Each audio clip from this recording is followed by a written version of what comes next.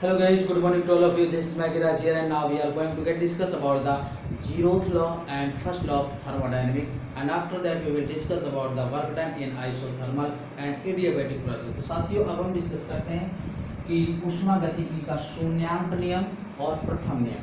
तो zeroth law क्या होता है of thermodynamics.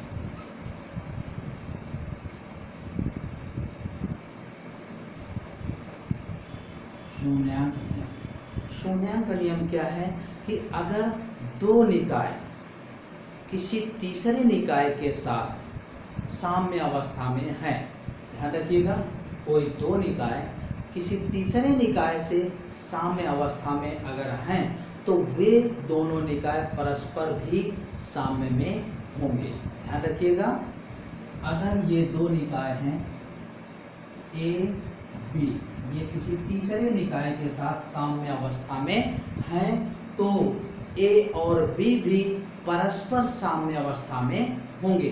To system A and B are at the equilibrium with the C of another system, then these system A and B are also in the mutually at equilibrium। यानी दो निकाय अगर किसी तीसरे निकाय के साथ साम्य अवस्था में है तो वो परस्पर भी आपस में भी साम्य अवस्था में होंगे, और इसे ही जीरोथ लॉ या शून्यांक नियम कहते हैं। ठीक है ना। फर्स्ट लॉ ऑफ थर्मोडायनेमिक्स क्या है? फर्स्ट लॉ ऑफ थर्मोडायनेमिक्स यानी ऊष्मागतिकी का प्रथम नियम। तो ऊष्मागतिकी का प्रथम नियम क्या है? ये है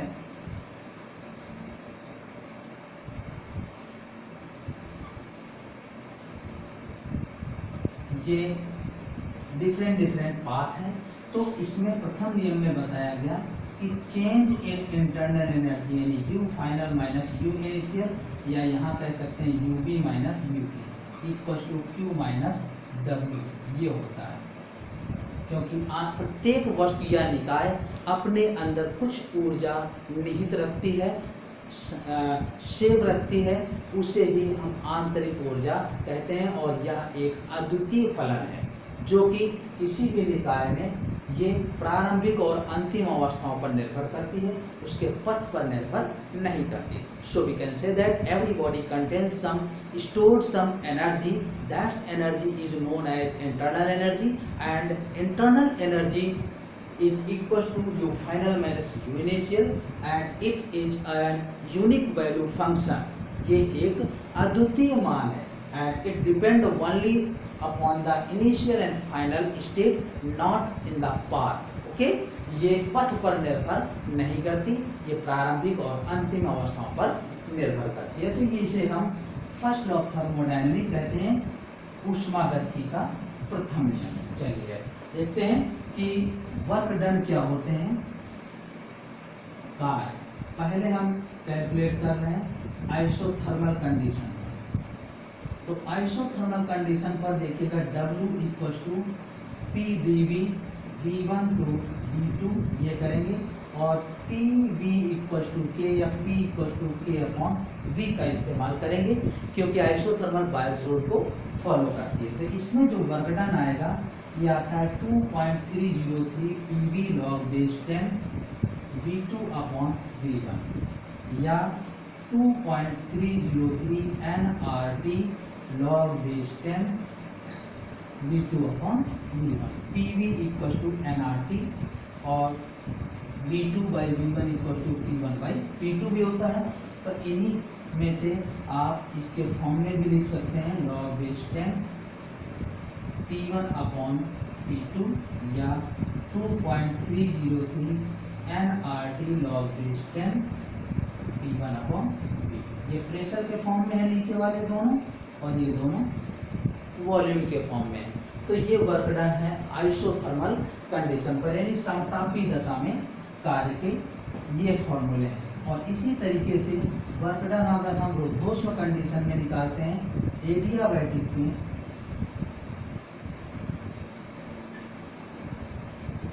रुद्धोष्म दशा में, तो फॉर्मूला यही होगा, लेकिन ये यूज होगा P V power gamma equal to K, तो K V power minus gamma. इसको सॉल्व करेंगे, और जब इसको सॉल्व करते हैं तो वर्क डन आता है NR, ये ऐसे कर सकते हैं P2 V2 minus P1 V1 upon minus gamma plus 1, या PV इक्वल टू होता है NRT, तो ये आ जाएगा NR P2 minus T1 upon minus gamma plus 1। तो ये एडियाबैटिक प्रोसेस यानी रुद्धोष्म दशा में कृत कार्य के इक्वल आ जाएगा। देखिए अब हम ये इलास्टिक कोएफिशिएंट निकालेंगे, समतापी प्रत्यास्थता गुणांक, समतापी प्रत्यास्थता गुणांक, coefficient of isothermal elastic coefficient. तो ये होता है, जैसे देखिएगा इनिशियल प्रेशर P1 और volume V1 equal to V है। अगर हम प्रेशर राइज करते हैं P प्लस डेल्टा P, तो V2 यानी वॉल्यूम क्या करेगा, डिक्रीज करेगा, घटेगा। तो अब हम बायल रूल यूज करेंगे, P1 V1 equal to P2 V2, तो delta PV upon delta V की वैल्यू आ जाएगी P के इक्वल आएगी। और ये आपको मालूम है आयतन प्रत्यास्थता गुणांक के, प्रत्यास्थता गुणांक के बराबर तो होगी आयतन, वॉल्यूमिक इलास्टिक कोएफिशिएंट। तो यहाँ पर समतापी दशा में है, आइसोथर्मल कंडीशन में है, तो ET लिखते हैं, तो ET आ जाएगा P, ठीक है ना। अब अगर यही रुद्धोष्म होता, रुद्धोष्म प्रत्यास्थता गुणांक, तो ये आ जाता ES, एडियाबैटिक इलास्टिक कोएफिशिएंट। तो देखिएगा अब इसका यूज किस में करते हैं, पॉइसन्स रूल में, P2 V2 पावर गामा, और अब ये delta PV upon delta V आता गामा P के, और ये चीज डिनोट करते हैं हम ES के, तो ES इक्वल टू आ जाता गामा P, ठीक है ना। अब हम ES और ET में अगर संबंध देखें तो देखिएगा ES व ET में संबंध, तो ये आ जाता है ES equal to gamma P और ET इक्वल टू P, तो दोनों का रेशियो कर देंगे, तो ES upon ET equal to gamma, और यही होता है CP अपॉन CB के इक्वल, ठीक है ना। और एक चीज और, मेयर के सूत्र में से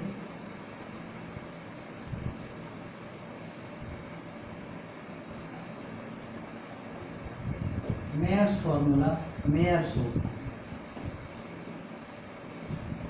ये क्या था, ये देखिएगा कोई 1 मोल इनिशियली गैस ली गई थी PV, और 2 स्टेट ली गई थी, एक T और एक T plus delta T, at constant volume and constant pressure A, B and C, ऐसे। तो देखिएगा यहाँ पर अगर PV है तो ये P plus delta P and B हो जाएगा, और यहाँ P रहेगा V प्लस डेल्टा V रहेगा, ठीक है। तो इनके लिए जब हमने सॉल्व किया था तो UV minus UA equal to UC minus UA, दोनों ही स्टेट में चेंज इन टेम्परेचर सेम रहता है, A टू B चाहे A टू C, इसलिए इंटरनल एनर्जी भी सेम रहेगी। और जब सॉल्व किया था इसको तो CP minus CB equal to R आया था, यानी विशिष्ट ऊष्माओं का अंतर जो होता है वो नियतांक होता है, the difference of specific heat is remains constant and that is equal to R, ठीक है ना।